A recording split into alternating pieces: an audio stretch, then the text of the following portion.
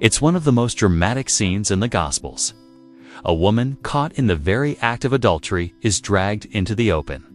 Her accusers surround her, cloaked in self-righteousness, stones in hand, ready to be her end. The law is clear. Her fate seems sealed. They haul her before a teacher from Galilee, trying to force him into an impossible corner. As the tension hangs thick in the air and the crowd waits, he bends down and starts writing in the dust. Then, he stands and speaks a sentence that will echo through to millennia. A sentence that will become a cornerstone of our understanding of grace. Forgiveness and looking in the mirror. Let him who is without sin among you be the first to throw a stone at her.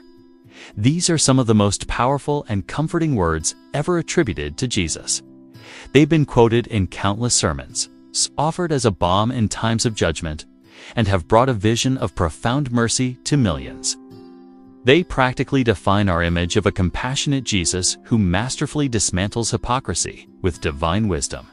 There's just one problem. A shocking, almost unbelievable problem.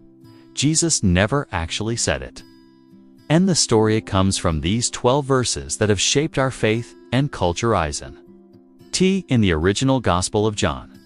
For hundreds of years, the earliest Christians read and copied the fourth Gospel without ever seeing this famous scene. Today, we re-putting on our detective hats to investigate the mystery of the most quoted verse Jesus never said, and in the process, uncover the even more profound truth he did promise. Now, before we get into the controversy, we have to appreciate just why this story is so deeply loved. The passage, known to scholars as the pericope adultery, starts at the end of John chapter 7 and runs through the first 11 verses of chapter 8. The scene is set in the temple in Jerusalem. Jesus is teaching when a group of scribes and Pharisees interrupt, shoving a woman into the center of the circle. They announce she was caught in the act of adultery. The air crackles with accusation. It's a brutal, public shaming. But it's more than that's a trap. They say to Jesus, "Now in the law, Moses commanded us to stone such women. So what do you say?"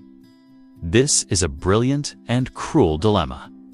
If Jesus says, "Stone her," he not only violates the authority of Rome, which held the sole right to capital punishment, but he also shatters his own reputation for mercy and compassion. He becomes just another harsh legalist. But if he says, "Do not stone her," they can accuse him of directly contradicting the law of Moses, the very bedrock of their faith. He'd be a heretic, a lawbreaker. Either way, he answers, they think they have him cornered. He'll either lose his followers or get arrested for undermining God's law. What Jesus does next is pure genius. He doesn't answer right away. Instead, he stoops down and starts writing on the ground with his finger. The text never says what he wrote, and people have been guessing for centuries. Was he writing the sins of the accusers? The 10 Commandments? Was he just doodling to create a dramatic pause, forcing them to stew in their own hatred? We don't know, but the action itself is this powerful moment of stillness in the middle of a frenzy. When he finally stands up, he delivers that immortal line. "Let him who is without sin among you be the first to throw a stone at her." The effect is electric. He hasn't contradicted the law. In fact, he's affirmed it. But he's brilliantly turned the spotlight from the woman's sin to the sin of her accusers. He holds up a mirror to their own hearts. One by one, starting with the oldest, they drop their stones and walk away, until Jesus is left alone with the woman. He asks her, "Woman, where are they? Has no one condemned you?" She replies, "No one, Lord." And then Jesus gives the final word of grace. "Neither do I condemn you. Go, and from now on, sin no more." It's a perfect story. It shows a Jesus who is impossibly wise, navigating a political and theological minefield with effortless grace.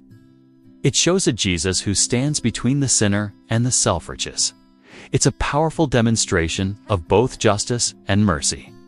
It feels so true that it's almost impossible to imagine the Gospels without it. And yet, for the first few centuries of the Church, that's exactly what they were. So if this story is so perfect, where does the controversy come from? How can anyone claim it isn't original? Well, the investigation doesn't start with theology or feelings, but with history specifically, with the ancient manuscripts that preserve the New Testament. This field of study is called textual criticism. We, Dan T., have the original documents, the autographs, that the Apostle John or the other biblical authors wrote. They've been lost to time. What we have are copies, and copies of copies, thousands of them, handwritten on papyrus and parchment over centuries. Textual critics are basically literary detectives. They compare all these manuscripts to piece together the original text as accurately as possible. And when it comes to the story of the woman caught in adultery, the evidence is, as one scholar put it, overwhelming. Here, major clue number 1. The story is completely missing from our earliest and most reliable Greek manuscripts of John's Gospel. Think about that for a second. The most important early manuscripts, the ones scholars see as closest to the original. If this content blesses you and you'd like to support our mission, you can buy me a coffee or give a super thanks. Every contribution helps us create more content to inspire and uplift others. Make sure to subscribe so you don't miss out on my future videos. Just don't have John 7 verse 53 through 8 verse 11. For instance, two of the most ancient and complete copies of the New Testament we have are the Codex Sinaiticus and Codex Vaticanus. Both were copied in the 300s AD. Neither includes this story. Even earlier papyrus fragments, like Papyrus 66 and Papyrus 75 from the late 2nd or early 3rd century, also lack the story. This means for the first 300 to 400 years of Christianity, the Gospel of John was circulating widely without these 12 famous verses. The generations of Christians right after the apostles read a version of John that flowed directly from the end of chapter 7 to what we now call John 8 verse 12. And the narrative works perfectly. But the evidence gets even weirder. Which brings us to clue number 2. When the story does start appearing in manuscripts, it's a bit of a wanderer. It's a textual nomad. Most of our Bibles place it at John 7 verse 53. But in some ancient manuscripts, scribes stuck it in other places. Some put it after John 7 verse 36. Some moved it to the very end of John's Gospel. And most bizarrely, a group of manuscripts known as the Farrer Group places the entire story not in the Gospel of John at all, but in the Gospel of Luke, after Luke 21 verse 38. This floating story is a huge red flag for historians. Original parts of a book don't just jump around from chapter to chapter, let alone from one book to another. It strongly suggests that the story existed on its own for a long time, and different scribes working in different places were trying to find the best spot to tuck it in. Imagine you find an old family photo album, and there's a loose photograph of a gratin that isn't glued down. One cousin remembers her being at Christmas and sticks it there. Another remembers her at a summer picnic and moves it. The fact that the photo is loose and moves around tells you it was unpart of the album's original design. That's exactly what the evidence suggests for this story. Beyond the missing manuscripts, the text itself leaves its own clues. When scholars analyze the writing style of this passage, it's like finding a different author's fingerprints all over the crime scene. The vocabulary, the grammar, the narrative style, they just don't match the rest of the Gospel of John. First, the vocabulary. These 12 verses are packed with words and phrases that are common in Matthew, Mark, and especially Luke, but they show up nowhere else in John's entire Gospel. For example, the accusers are called the scribes and the Pharisees. John mentions Pharisees constantly, but this is the only place in his entire book where the term the scribes appears. That's a major linguistic fingerprint. Similarly, the passage says Jesus went to the Mount of Olives. That's a key location in the other Gospels, especially Luke, but John never mentions it anywhere else. All told, there are at least 13 words in this short story that are unique to this passage and are part of John's typical vocabulary. The writing style feels different because it is different, with many scholars noting it sounds a lot more like Luke than John. Second, the story breaks the narrative flow. You can try this yourself. Open a Bible and read the end of John chapter 7 verse 52, and then skip directly to John chapter 8, verse 12. John 7 verse 52 ends with the Pharisees in a heated debate, mocking Nicodemus. Are you from Galilee too?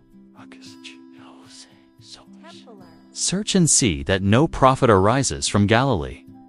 Then John 8 verse 12 picks up with Jesus speaking again at the temple during the Feast of Tabernacles, a festival that involved lighting giant lamps. He declares, I am the light of the world.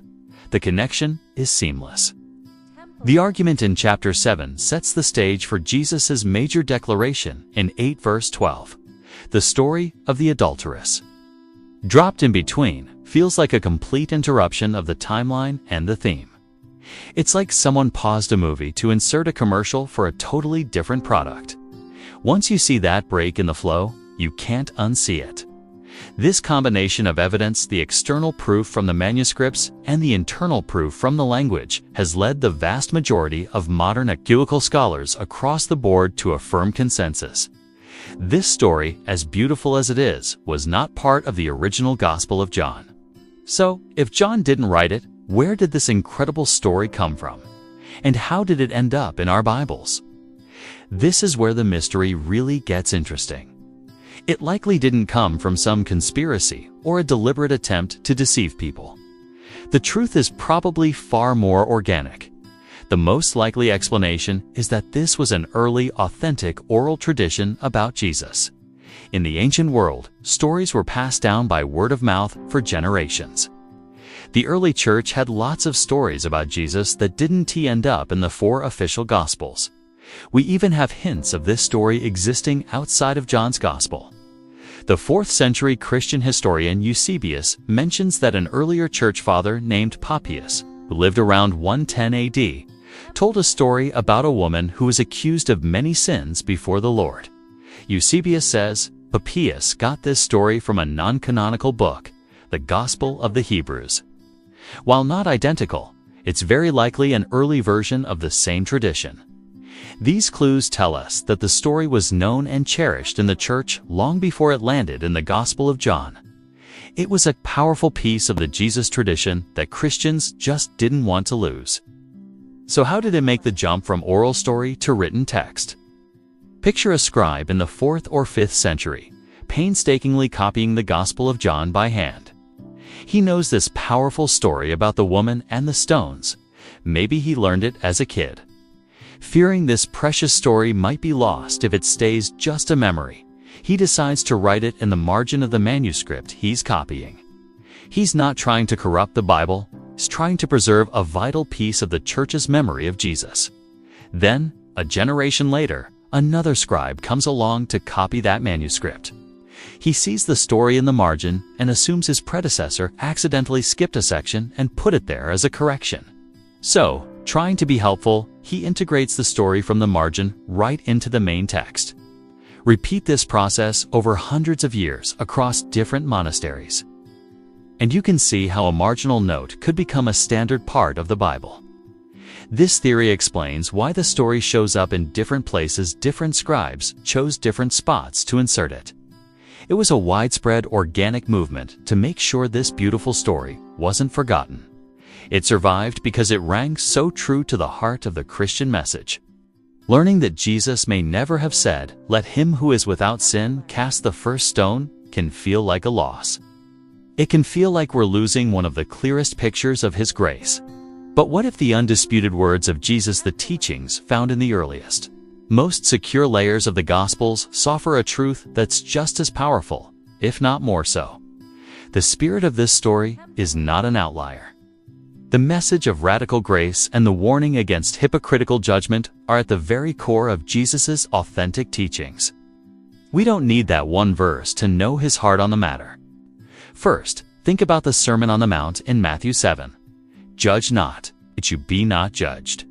Jesus then gives that unforgettable image of someone trying to take a speck out of their friend's eye, while they have a giant log sticking out of their own. This is the exact same principle as "Let him who is without sin cast the first stone," just in a different context.